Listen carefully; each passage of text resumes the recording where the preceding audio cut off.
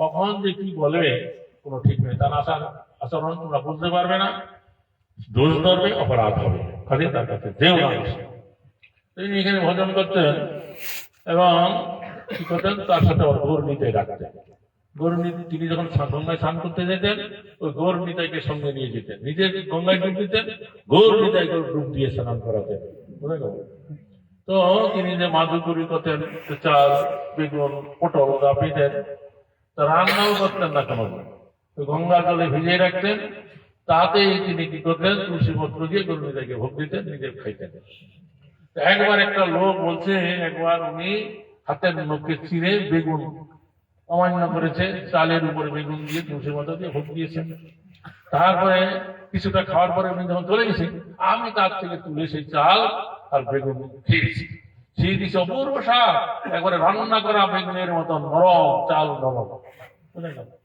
যাই হোক, ওই বাবাজি একবার ইচ্ছা হলো তার যে পূর্ব জন্মস্থান ময়মনসিং, টাঙ্গাইল, কিশোরগঞ্জ আমি যাবো, আমার পূর্ব জন্মস্থান দেখে আনবো। তাই বলে তিনি কি করলেন, এক সময় তার সে পূর্ববঙ্গে কিশোরগঞ্জে চলে গেলেন। তার কয়েকদিন পরেই তিনি আবার ওখান থেকে চলে এলেন। তখন বলতে পারেন বাবাজিরা, বৈষ্ণবরা অবাক হয়ে গেল যে আপনি আবার পূর্ব জন্মস্থানে গেলেন, আবার এত তাড়াতাড়ি চলে এলেন, ব্যাপারটা কি? তখন বলছে, দেখুন পূর্ববঙ্গ পাণ্ডব বর্জিত দেশ, ভজনে আবেশ নাই। এই কলিযুগে এই গঙ্গার তীরে বসে হরিনাম করাটা হচ্ছে সর্বোত্তম, তাই তাড়াতাড়ি চলে এলো। যাই হোক, সেই বাবাজি মহারাজের সেবা কীর্তন মঠের ভক্তরা তখনকার দিনে করত। একবার যখন কুম্ভ মেলা হবে এলাহাবাদে, তো তিনি ইচ্ছা প্রকাশ করলেন যে আমি কুম্ভ মেলায় যাব। তো ভক্তরা তখন কি করলো, ট্রেনের ব্যবস্থা করলো। না, আমি ট্রেনে যাব না, আমার জন্য নৌকার ব্যবস্থা করো, তুমি নৌকায় চলে যাবো, এই গঙ্গা পথে যমুনা হয়ে একবারে প্রায় আগে চলে যাবো। নৌকা আনলো, এই নৌকা না, লম্বা নৌকা আনতে হবে, জেলের আনলো যে নৌকা গাড়বে তেমন নৌকা, আবার তেমন নৌকা করিয়ে নিয়ে তাকে নিয়ে গেল। আর একবার ইচ্ছা প্রকাশ করলেন যে আমি যে জগন্নাথপুরীতে রথ হবে, আমি জগন্নাথপুরী থেকে রথযাত্রা দেখব।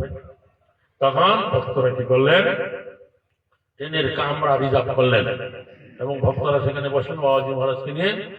পুরীতে নেমে তাকে যখন তাদের গড়িয়া মঠে বাসা ঘর আছে সেখানে নিয়ে যাবেন, রাখবেন, বলছে না, আমি তোমাদের সাথে মঠে বাস করতে আসছি, আমি মঠে বাস করবো না, এইখান দিয়ে জগন্নাথ যাবে বড় রান্নার পথ, তার মাঝে আমি বসবো, জগন্নাথ যাবে আমি দেখব।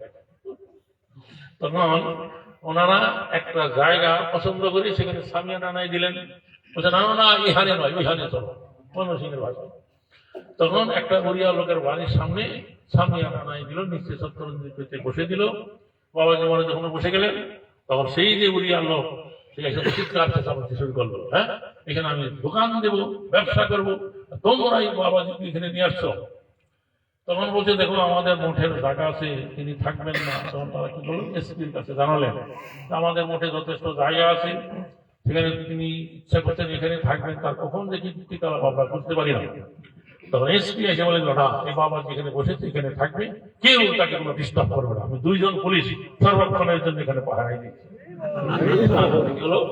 ওখানে থাকতে পারবেন, তার সাথে গরুনিতে গেছে, গরুনিদের দিকে তাকায় থাকেন, হাসেন, কখনো কাঁদেন। তার লোকেরা কেউ ফলটা ছুড়ে দেয়, আমটা ছুড়ে দেয়, ফিরেও তাকায় দেখে না বাবাজি। তারপরে যেই দিন রথযাত্রা হবে, রথযাত্রার দিন, তখন সেই গড়িয়া মঠের সাধুরা ঠিক করলেন তাড়াতাড়ি 7টার মধ্যে রান্না বান্না করে ঠাকুরকে ভোগ দিয়ে, ঠাকুরকে শয়ন দিয়ে আমরা কি করবো, জগন্নাথের যে রথযাত্রা, তারপরে পাণ্ডব বিজয়, সিংহাসন ছেড়ে যখন জগন্নাথ আসে থেকে পাণ্ডব বিজয় বলে পাণ্ডব বিজয় উৎসব দেখবে। তাড়াতাড়ি ওনার রান্না বান্না করে ভগবানকে ভোগ দিয়ে প্রসাদ পেয়ে যখন বেরিয়ে যাবে, তখন কলকাতা থেকে কিছু যাত্রী লোক গেছে, তাদের গাছের কাঁঠাল, বড় বড় কাঁঠাল একেবারে পেকে গেছে, ফেটে যাবে।